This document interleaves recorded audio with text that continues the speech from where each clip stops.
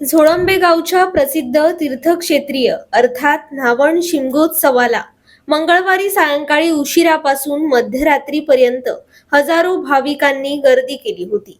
डोक्यावर न्हावणाचा कळस घेऊन हात न धरता 12 पाचासह धावणाऱ्या देवाचा थरार पाहण्यासाठी रस्त्याच्या दुतर्फा गावात हजारो भाविकांनी गर्दी केली होती। न्हावणाचा हा अद्भुत सोहळा, याची देही याची डोळा पाहून हजारो भाविकांच्या डोळ्यांचं पारणं फिटलं। मंगळवारी मध्यरात्रीनंतर या उत्सवाची सांगता झाली। सायंकाळी न्हावणाचा कळस चव्हाट्यावरून सवाद्य माऊली मंदिरात आणून पूजा केली। त्यानंतर 6:45च्या सुमारास डोक्यावर न्हावणाचा कळस घेऊन हात न धरता 12चा आळवा देव 12 पाचासह धावत निघाला। पाठोपाठ हजारो भाविक होते। या अद्भुत व आनंद देणाऱ्या क्षणाने भाविकांच्या डोळ्यांचं पारणं फिटलं। हा क्षण कॅमेराबद्ध करण्यासाठी भाविकांचे हजारो मोबाईल पुढे सरसावले। देव चव्हाट्यावर आल्यानंतर 12 पाचासह प्रमुख मानकऱ्यांनी न्हावण घेतलं। त्यानंतर संपूर्ण गावठाणमध्ये बत्तीच्या उजेडावर देवानं गावातील प्रत्येकाच्या घरी न्हावण दिलं। देव न्हावण देत असताना ठिकठिकाणी घरोघरी भाविकांची गर्दी होती। या 4 तासानंतर देव मध्यरात्री 12च्या सुमारास चव्हाट्यावर आल्यानंतर बत्तीच्या उजेडात कळसाला हात न धरता देव 12 पाचासह काही वेळ खेळला।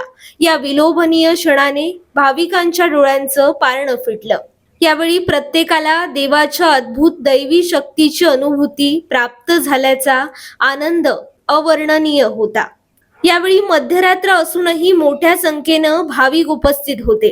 त्यानंतर देवाचा कौल मिळाल्यानंतर माहेरवाशिणी व भाविकांनी देवाला नारळ अर्पण केल्यानंतर या वैशिष्ट्यपूर्ण सोहळ्याची सांगता झाली। वर्षातून एकदाच प्रकट होणारा शिवशंभूचा अवतार अर्थात 12चा आळवा देव डोक्यावर न्हावणाचा कळस घेऊन 12 पाचासह भक्तांच्या भेटीला धावतो। हे या न्हावण शिमगोत्सवाचं खास वैशिष्ट्य ठरलं। पूर्वजांनी घालून दिलेल्या माग मर्यादा व रीतिरिवाजाप्रमाणे होणाऱ्या झोळंबे गावच्या प्रसिद्ध न्हावण शिमगोत्सवाची भाविक आतुरतेने वाट पाहत असतात। दीपक गावकर, ओटवणे। नमस्कार, आम्ही झोळंबेवासी, झोळंबे मर्यादा तसेच गावकरी मंडळी मानकरी आज आमच्या शिगमोत्सवाची सांगता होत आहे। आणि कालच आमचा 9 दिवसाचा शिगमोत्सव असतो। त्याच्यात न्हावणाचा जो कार्यक्रम असतो तो नुसता न्हावणाचा म्हणणार नाही तर मी तो एक आध्यात्मिक पातळीवर असलेला कार्यक्रम काल संपन्न झाला।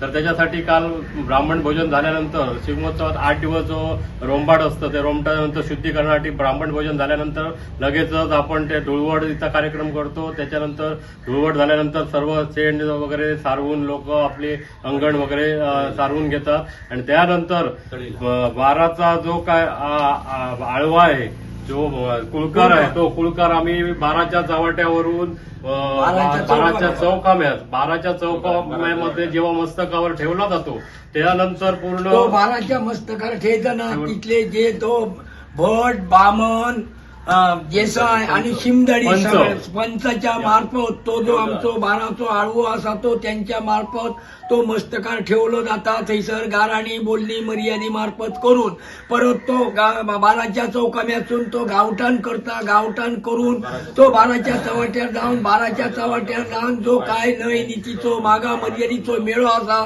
ते 12 यांनार उभे राहून तो त्यांनी परत कौल देवचो। त्यांनी कौल दिल्याच्या नंतर जर काय रयत पिळगे परत त्यांचे भेटेचे नारळ ठेवचे असतात। ते भेटेचे नारळ ठेवल्याच्या नंतर त्यांना तो कौल दिल्याच्या नंतर त्या लोकांची थंयसर त्याचो आमचो समारोप जाता। आणि हो जो आमचो 9 दिवसाचो हो अमृताचो दिवस असा। हो अमृताचो दिवस म्हणजे शंकर जशी शंकराच्या मस्तकार जी गंगा असा तीच गंगा त्याच्या मस्तकार घेऊन तो अमृत पांजे ती गंगा अमृत पाषण करता। अशी आमच्या ह्या गावाची पूर्वजापासून हो पुरुमाग असा। आणि तो पुरुमाग ज्या पूर्वजान तो घातलेली घडी बसलेली असा ती अजून पर्यंत ही फुडें फुडें आमी चलयत आसून याच्या फुडें आमची फुडें ती काय पिढी आसा ती चलयतली. तसेच त्याच्यात मस्तकावर कलश हात न लावता संपूर्ण गावात प्रत्येकाच्या घरी येऊन त्याला ते न्हावण तीर्थ दिलं जातं आणि ते पण झाल्यानंतर जो देव खेळतो हा जो महत्वाचा भाग असतो हा बघण्यासारखा असतो. याच्यासाठी